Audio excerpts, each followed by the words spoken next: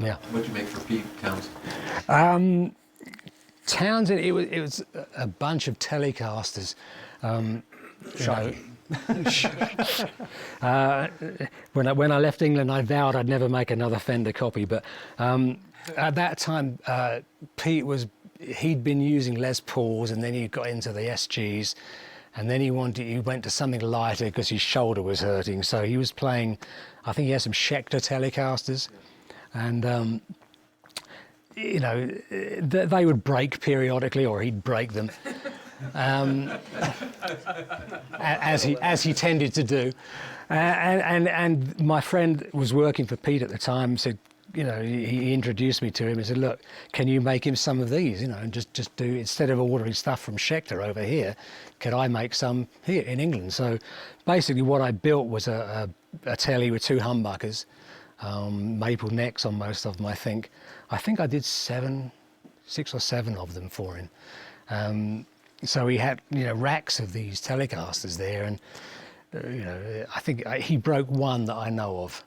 I think it fell off the strap one day, and he just finished it off. So, and I wasn't around, so I didn't get to keep the bits. But it's. How long does it take you to build a guitar on average? Yeah, well, I figured out it's about a week's worth of work from start to finish, but it's not. It takes several months to actually do that week's worth of work on it, because you do a bit there and you go away and do something else for a while and come back. But I reckon it's about a week's worth of work. Roger, can I back up to Townsend's guitar? You said weight was a consideration. Yeah. So did you have wood choices? Yeah, I think I was using poplar on the bodies. I mean, super lightweight, but that was the reason the one broke, because even with these amazing strap holders that they put on his, which are this big metal assembly with a great big metal ring that's screwed on, the strap never came off, but the whole thing pulled out of the guitar. So of course it went doing onto the floor, and that was the end of it. So so poplar was maybe not the 12 strings for Van Halen, were they acoustics or electrics? They were both electrics, but they were both hollow bodies. One was a fully hollow body, and the other was kind of a semi, with an anti-feedback bridge mount on it. So they had a bridge on a solid block with a hollow body around it. So it's a little kind of oddball thing, I have an old Gretsch like that. Oh yeah, yeah. What's the most innovative or unusual or challenging guitar you ever built that you were fond of when you were done? Wow. Gosh, now you got me. Well, I built a left-handed double neck for somebody, which was a total swine to build, because trying to build everything that way around was because you have to think backwards. And that was kind of hard to do. I mean, the guitar itself was probably not that technically strange, except that it was full of wiring channels from every part of it to get from down here to up here. So it had channels running along and through and across and down. So it ended up being chambered? Yes. It had a tremolo on the 6 string. Yeah, unintentional hollow body. So it was. By the way, you just offended every left-hander that's going to watch this video. Yeah, I'll build them left-handed, but it's very good exercise for the brain to have to think opposite way around. So yeah, but as far as just weird ones, there's been a few, and I can't actually pin one down at the moment. The moment you switch the cameras off, I'll remember. That's how it works. You'd be laying in the hotel bed night. Yeah, exactly. How many guitars do you think you've built? Over the years? Yeah. God. There's got to be 1,000 or more of them out there somewhere. They're I know that I'm up to about 400 and something since I've renumbered and started counting again from the States stuff I've been building. But I mean, they go back to the late 60s in England. So there's, I mean, God knows. Not including all the PBG guitars with your name on it. No, that's true. That's true. Any plans for any bolt-on neck guitars? It's a possibility. Maybe for next NAMM we have to come up with something else. So whether it's a bolt-on version of this, I couldn't say. I haven't really given it much thought yet. Maybe I'll just come up with something different. We'll see.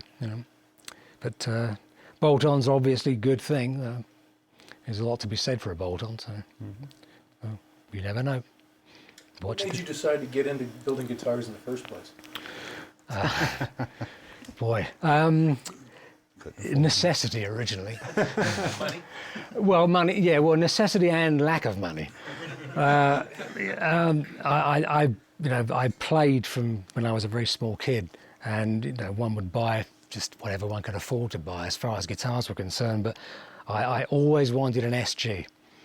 I saw them from way back in the early '60s. I just loved the look of it. But for a kid at school, there's a lot of money for an SG. So I just, with a little help from my dad, who was a woodworker, I just went to the local lumber yard, just bought some pieces of wood and built one going from pictures in catalogues and things, and just made this SG kind of guitar, which, it wasn't that bad really. It worked fine, and I think I used a pair of Diamond pickups on it because I couldn't find P90. Nobody sold guitar parts in England. You couldn't buy guitar parts, so it was whatever you could get your hands on, and it was the Diamonds that were like the acoustic ones that were on a metal slider, and I got a pair of those and just mounted them into the wood and the guitar there. But the thing actually worked and played. I sold it to a guy in a band in the town where I lived. And it kind of got me thinking, and that's what got me kind of thinking maybe this, maybe we can do a few more like that. So, eventually kind of it did gel into a business, but it took a long time. But that's really where it started. Well, a lot of first projects, people will go ahead and they'll kind of borrow a fingerboard that's already fretted from another guitar to put on, because that's kind of that's the cliff that's a little bit tough to kind of go over the edge. Is that what you did, or did you build the whole 9 yards? No, I built the whole thing.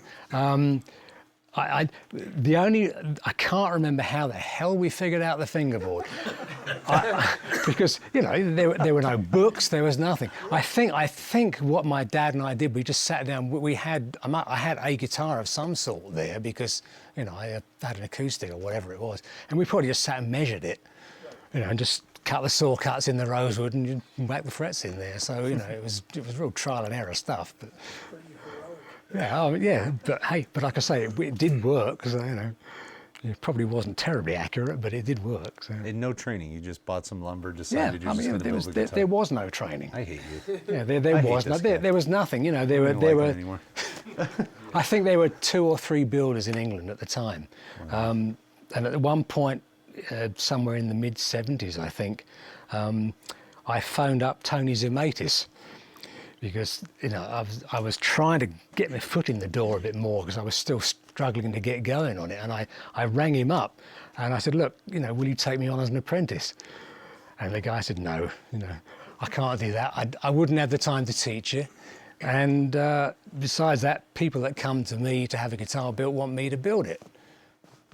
I felt a little despondent, but I kind of understood that.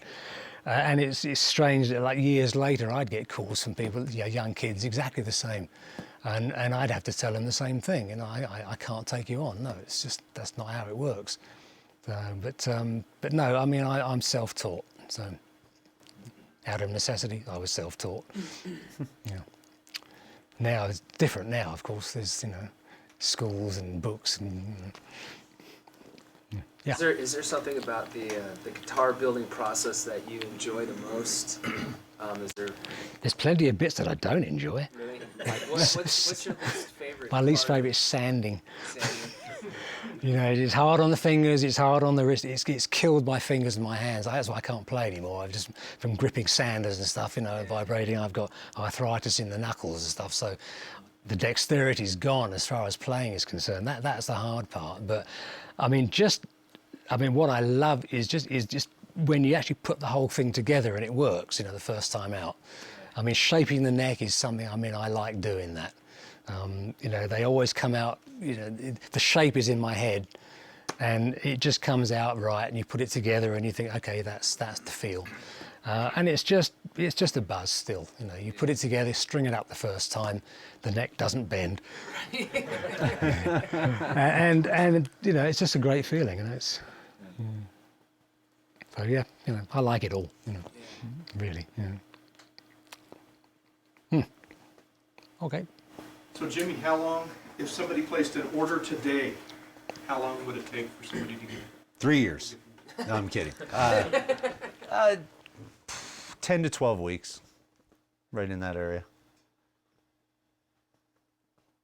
You know, we're a little back ordered, but you know, someone asked a question earlier. It was interesting. I don't remember how long does it take from beginning to end? Was that? Did you answer that? That's interesting because, you know, I've known Gene forever and I've known Roger for several years, and I've actually watched it, and it is funny how the actual hours put in, but man, there's the cure times and, you know, how many different finishes go on and clear coats, and you know, it's amazing how long the guitar hangs there. Yeah, I mean, and all the different gluing processes slow the whole thing down. You know, you glue bits together, you just go put it aside and go do something else while the glue dries. So it does tend to drag out. It does. Everything's still handmade pretty much in in the Premier Builders Guild shop. I mean, the only thing CNC'd is, you know, the rough body and that, but everything is still, we got 3 guys just doing what Roger hates, sanding, you know, and so everything's still hand built, you know, so it takes a little bit of time, but you know, 10 to 12 weeks right now. How many people work in the shop? I think we have around 14 right now, including Gene. It varies anywhere from, you know, 13 to 16 in that area, but you know, yeah, right in there. So, and Gene's in there every day doing his thing. Bless him. We'll have Gene out here sooner or later. So.